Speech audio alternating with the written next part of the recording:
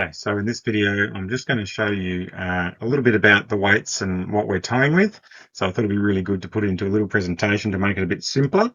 Um, this is based on our circumstances. I've got a Ford Everest 3-litre V6, which you can see here, and I've got a Golf Tourer 577 Triple Bunk caravan. Now mine's a Grand Tourer. There's two versions. There's a Tourer and a Grand Tourer. The Grand Tourer's got a lot more extras on top, already standard, so the base tear weight will be a bit heavier. I'm going to go through some of the details of the vehicle, their compliance plates, what they actually state. So in the case of the Everest, it's got a tow capacity of 3,500 kilos, curb weight of 2,468 as it drives off the factory floor, and a total GVM of 3,150. You take that off your curb weight, and that gives you your payload. In the instance of this car, you have a 6,250 GCM. So that's the gross combined vehicle mass with the vehicle and what you're towing. So it's really good to know that because that's going to play a role right at the end of this. The caravan itself has a tear weight, a base weight of 2,230. That has been adjusted to 2,197 because I did remove the slide-out kitchen on the caravan, which is quite heavy, weighs around 80 kilos, and replaced it with a Ziggy and a storage box slide-out system, which came in a lot less in weight. So we drop our tear, we save a bit of weight there. The total ATM on the van is 2,930 and a payload of 733 kilos. So we can carry a fair bit on this caravan, more than what I think we need. So hopefully we'll get through this at the end and you'll see why. The tow ball weight actually comes down at 175 kilos on this van. Now, to get the tow ball weight, which is a variable figure on each caravan, because you might put more tools in the front, you might put more tools at the back, and that's going to vary your tow ball weight. So it's certainly worth noting those when you load. Rolling into the next part of it, going to go into a bit more detail of what's happened on the Ford Everest. I've added a few features to this car, and they are basically there for, travel, I guess. So for touring, so I've added a bull bar, we've added a roof rack, we've added some max tracks on the roof, basically, added a solar panel, and I've got a roof pod there. That's really more backup storage, so I keep that pretty empty. It's only there just in case of emergencies. And in the back of the car, we carry a fridge and other things.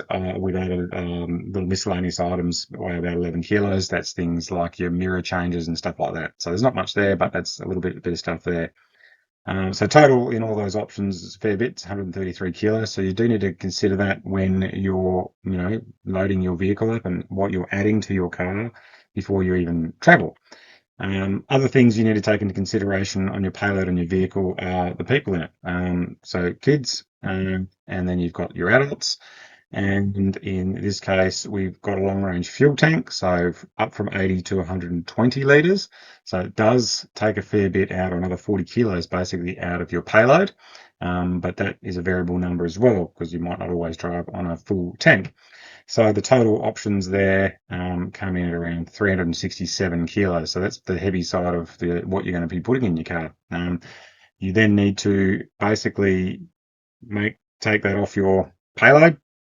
Now I have 182 kilos remaining. So all that stuff adds up to freakishly 500 kilos. And then that gives me a remainder of 182 kilos that I can put in the car. Now your tow ball weight comes off that figure. So that needs to be considered into your payload. And most people don't think about that. So if I take 175 kilos and add that onto the 500 kilos, that digs into my current payload of 682. And that gives me 7 kilos more that I can put in the car. So not a lot of stuff. So you really need to be very careful about what you put on your car and where you put it and where you put your weight as well and what weight you put in there and even who's in the car and how much fuel you're using. So a lot of people don't think of that, and that's very important to consider. Okay, moving on from there. We go into the caravan into a little bit more detail. The Grand Tourer 577 Triple Bunk, as mentioned.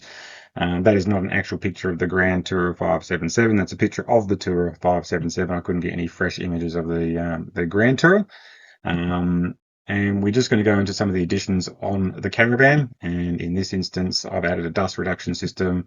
There's a few other little items like tracks and sailing tracks and awning tracks and stuff like that that I've added to the van. I probably over calculated that number there, but I'll put it in about 15.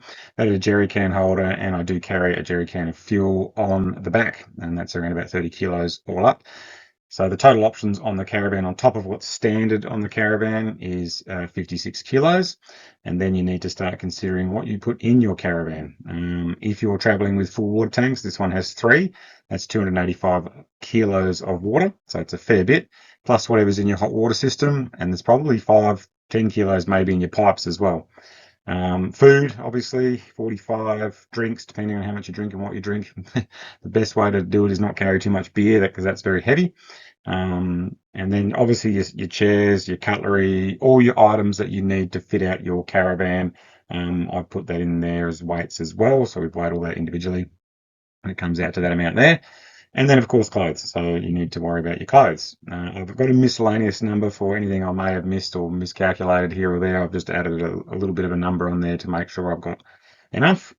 And also, obviously, full gas bottles as well. So those things, food, drinks, all those things are variable because they do change as you consume them.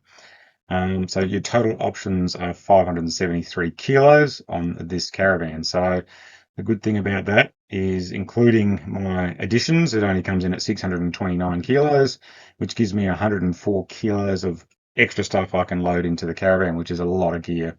My ideal situation of towing is, you have a 3.5 ton towing capacity. You really want to be 600 kilos under that for safety precautions, and you don't really want to be heavier than your car. You really don't want to be heavier than the vehicle, your caravan being heavier than the vehicle that you're towing it with. That can be very problematic. So in the end, let's have a look at the results. We'll get to it in the long way here. We've got the car, we've got the van, and we have gone under our GVM. So the total vehicle GVM fully loaded, including all the stuff I've added to the car, curb weight plus the extras is 3,145. And then on the caravan side of things, I have 2,826. I think in a previous video I said about 2,850, but that's just a roundabout figure. This is much more accurate. So that gives you a really good idea of where exactly we're at, what we're weighing in at. And again, I'm really happy because my caravan weighs less than my vehicle when it's fully loaded, and it's just a safer way and a better way to be traveling.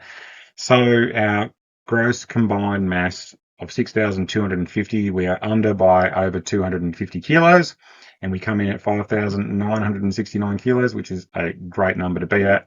I'm really happy with that. We're under. There's a lot of people out there looking on the road that are not under their GCM, and I guess their GVM on their vehicle and their caravan could be really in question as well. So before you do anything and before you start traveling, I fully recommend you do this exercise for yourself. Check everything out, weigh everything, figure out what you're traveling with, figure out what you're not traveling with, and really spend some time trying to get that right, because at the end of the day, it's the difference between legal or not legal. And this is a single axle caravan, and it's not a heavy caravan. And most double axle caravans or caravans of this size in other brands will weigh a lot more than this, and you will be over. So I do suggest you take that into consideration when you're looking for a caravan as well. So I hope you enjoyed that. I hope it made it very easy for you to understand. And we'll see you next time.